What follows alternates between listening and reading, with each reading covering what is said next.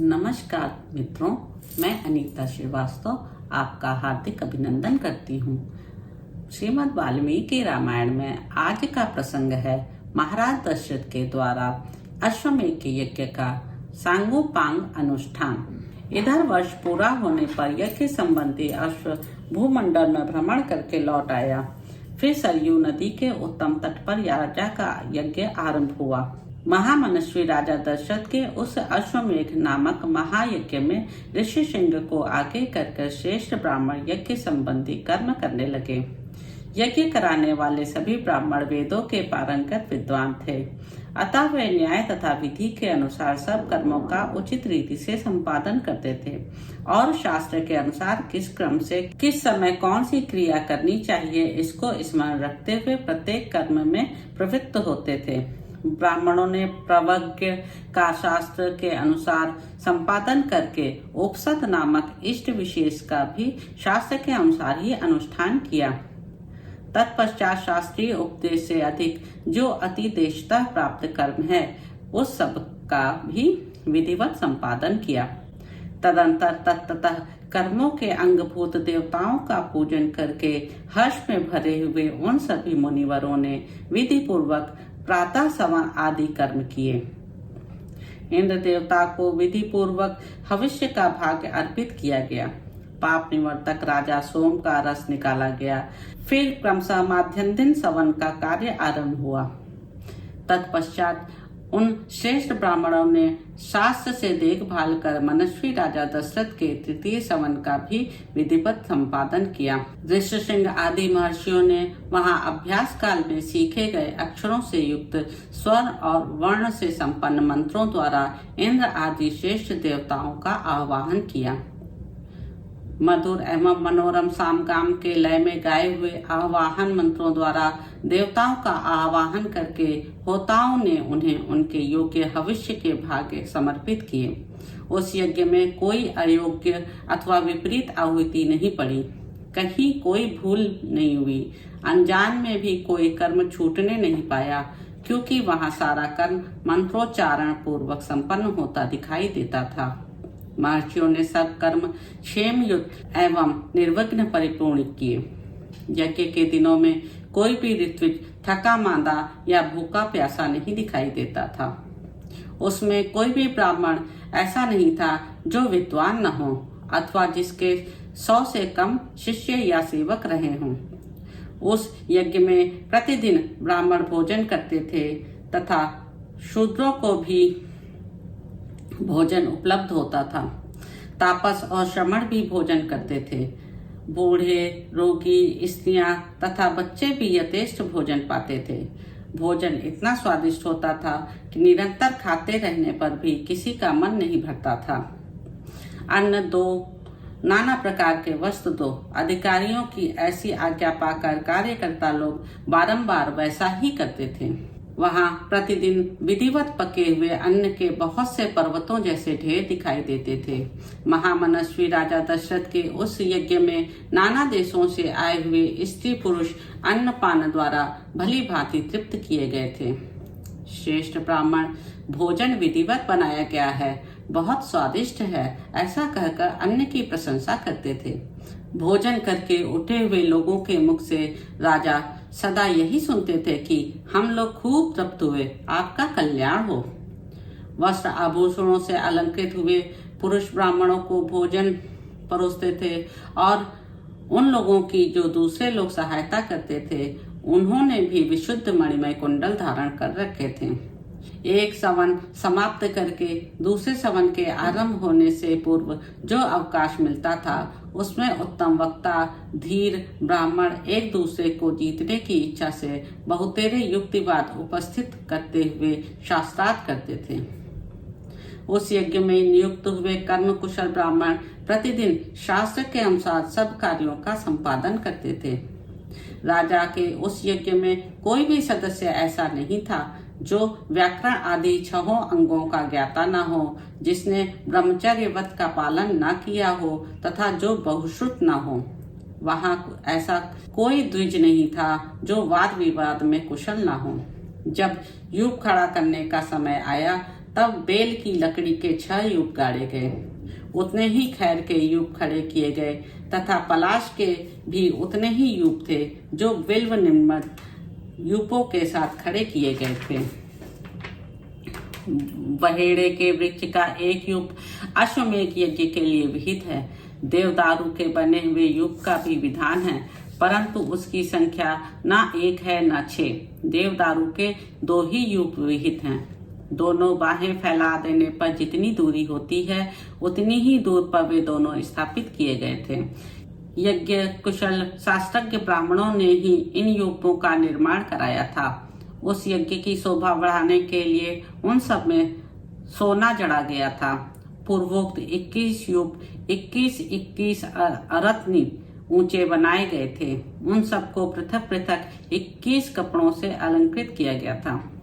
कारीगरों द्वारा अच्छी तरह बनाए गए वे सभी सुदृढ़ यूप विधि पूर्वक स्थापित किए गए थे। वे सबके सब 8 कोणों से सुशोभित थे। उनकी आकृति सुंदर एवं चिकनी थी। उन्हें वस्त्रों से ढक दिया गया था और पुष्प चंदन से उनकी पूजा की गई थी। जैसे आकाश में तेजस्वी सप्तऋषियों की शोभा होती है, उसी प्रकार यज्ञ मंडप में वे दीप्तिमान यूप सुशोभित होते थे।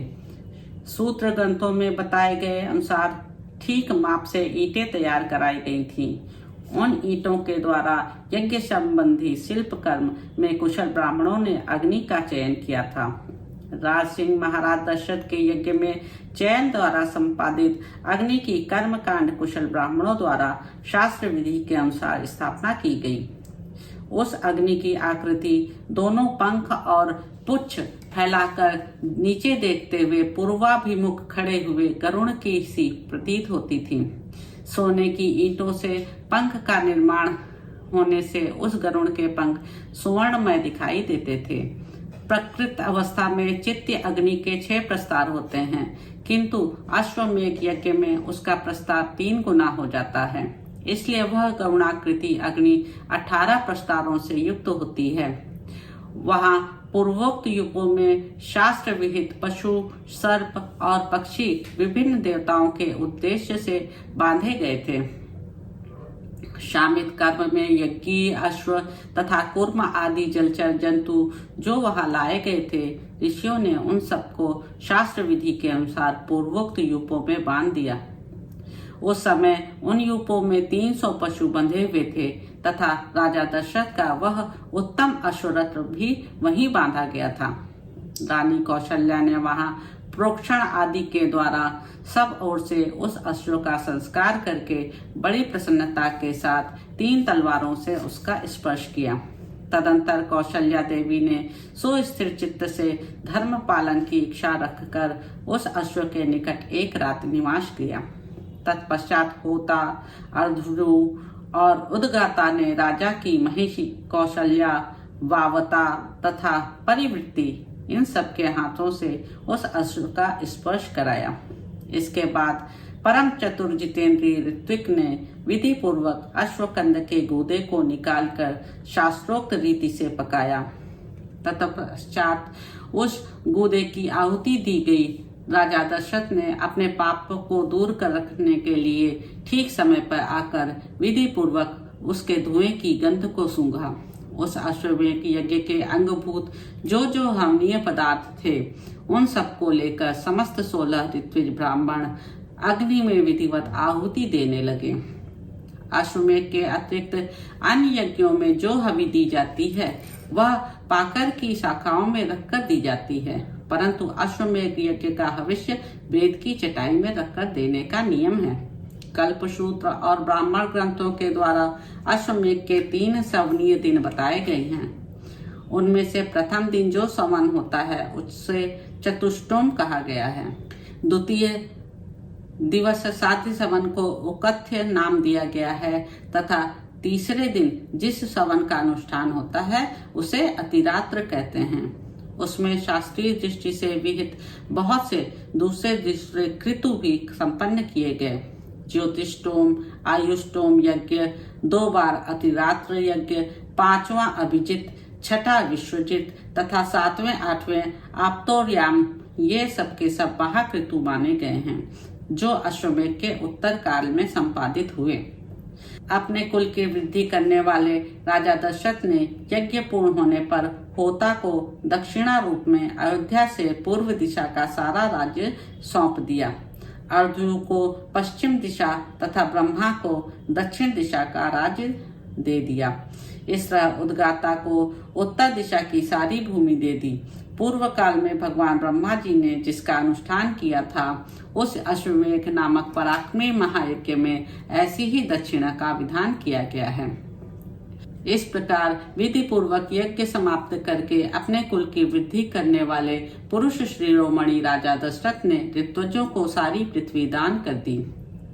यो दान देकर इक्ष्वाकु कुल नंदन श्रीमान महाराज दशरथ के हर्ष की सीमा न रही, परंतु समस्त ऋत्विज उन निष्पाप नरेश से इस प्रकार बोले, महाराज, अकेले आप ही संपूर्ण पृथ्वी की रक्षा करने में समर्थ हैं। हम में इसके पालन की शक्ति नहीं है, अतः भूमि से हमारा कोई प्रयोजन नहीं है। भूमिपाल, हम तो सदा वेदों के स्वाध्याय में ही लगे रहते हैं, अतः आप हमें इस भूमि का कुछ निष्क्रय ही दे दें।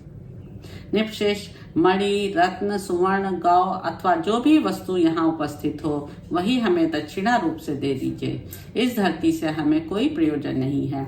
वेदों के पारगामी विद्वान ब्राह्मणों के ऐसा कहने पर राजा ने उन्हें 10 लाख गौएं प्रदान की, 10 करोड़ स्वर्ण मुद्रा तथा उससे 4 गुनी रजत मुद्रा अर्पित की।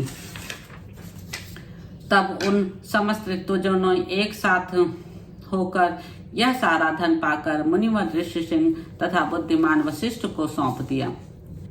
तदंतर उन दोनों महर्षियों के सहयोग से उस धन का न्याय पूर्वक बंटवारा करके वे सभी श्रेष्ठ ब्राह्मण मन ही मन बड़े प्रसन्न हुए और बोले, महाराज, इस दक्षिणा से हम लोग बहुत संतुष्ट हैं। इसके बाद एकाग्रचित होकर राजा दशरथ ने अभ्यागत ब्राह्मणों को 1 करोड़ जांबूनद सुवर्ण की सुमुद्राएं बांटी। एक दरिद्र ब्राह्मण ने आकर राजा से धन की याचना की। उस समय उन रघुकुल नंदन नरेश ने उसे अपने हाथ का उत्तम आभूषण उतार कर दे दिया।